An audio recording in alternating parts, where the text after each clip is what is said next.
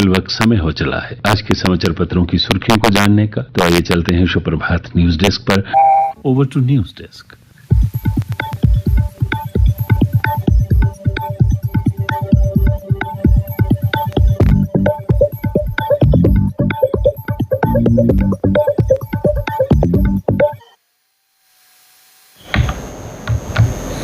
धन्यवाद रविकांत।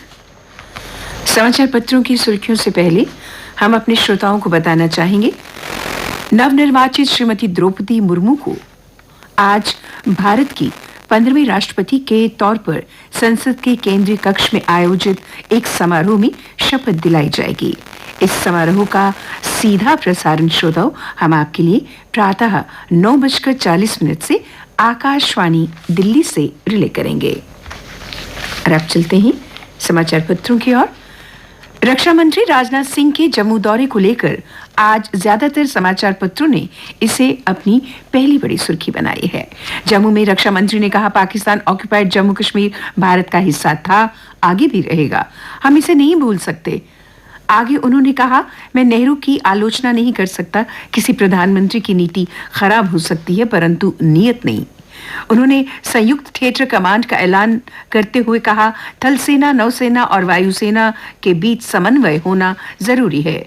रक्षा मंत्री ने 1947 से लेकर आज तक देश के लिए बलिदान देने वाले जम्मू कश्मीर के जवानों के स्वजन के सम्मान समारोह में गुलशन ग्राउंड जम्मू में उन्हें संबोधित किया और कहा, वीर नारियों के हौसले ने मजबूरी दी, वो यूं ही नहीं कहते थे, देश पर मर मिटने की बात।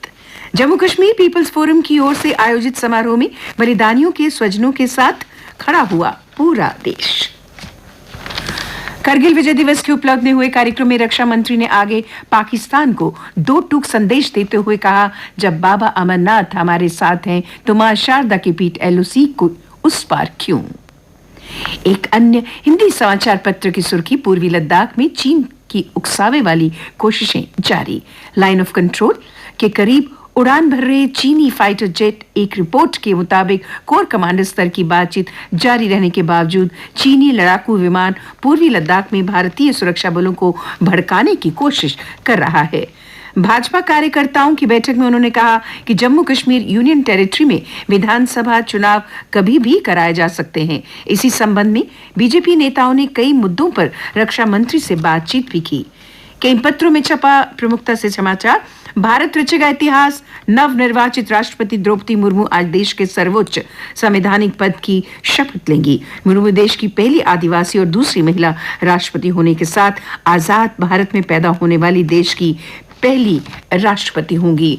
कल जम्मू में 24वें जत्थे में 7,000 से ज्यादा शिव भक्त पहलगाम बालटल रवाना हुए। जम्मू रिंग रोड पर अपराधियों का बोलबाला, वाहनों सहित सामान को लूटने की हो चुकी हैं 4 वारदातें। नशा तस्कर भी सक्रिय हैं। स्ट्रीट लाइट और दिवेंद्र के इसे एक बार पुनः सुन लीजिए, स्ट्रीट लाइट और डिवाइडर के बिना हो रहे हादसे। राष्ट्रपति रामनाथ कोविंद ने राष्ट्र के नाम अपने आखिरी संबोधन में राजनीतिक लोकतंत्र को सामाजिक लोकतंत्र बनाने की जरूरत पर जोर दिया। कहा, राष्ट्र के निर्माण में हर नागरिक की भूमिका है। डोप टेस्ट से पता चला है कि पंजाब की जेलों में बंद 44% कैदी नशे के आदी। और अब अन्य समाचारों के साथ फरहीन। धन्यवाद। रामबन में स्कॉर्पियो गाड़ी गहरी खाई में गिरी, 5 बारातियों की मौत। रामसू में लिंक रोड पर हादसा हुआ, गंभीर रूप से घायल 3 लोग जीएमसी अनंतनाग हॉस्पिटल में भर्ती किए गए। उधर पुंछ में एलओसी पर चक्कादा बाग में बादल फटा, दर्जनों पुलिसकर्मी फंसे, सेना के जवानों ने सुरक्षित निकाला। क्रॉस एलओसी ट्रेड सेंटर को भारी नुकसान। मंकी पॉक्स की दिल्ली में दस्तक, मरीज की विदेश यात्रा का इतिहास नहीं, पुणे की प्रयोगशाला में जांच के बाद हुई पुष्टि। ये मंकी पॉक्स का चौथा पुष्ट मामला है। जम्मू कश्मीर के सुरक्षा हालात पर उपराज्यपाल मनोज सिन्हा से किया मंथन।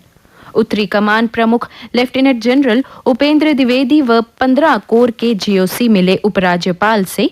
अमरनाथ यात्रा पर भी चर्चा हुई। बड़ी ब्राह्मणा के सरोर इलाके में चिट्टा हेरोइन ड्रग लेने आए युवक की पहचान पर 2 महिलाओं सहित 3 को पकड़ा। बाइक चोरी होने के बाद संदिग्ध घूमते मिले, युवक की पुलिस तलाशी में हुआ खुलासा। मचैल यात्रा आज से शुरू, शालीमार जम्मू में लगा था कल पहला लंगर। और अब खेल के पन्नों पर एक नजर।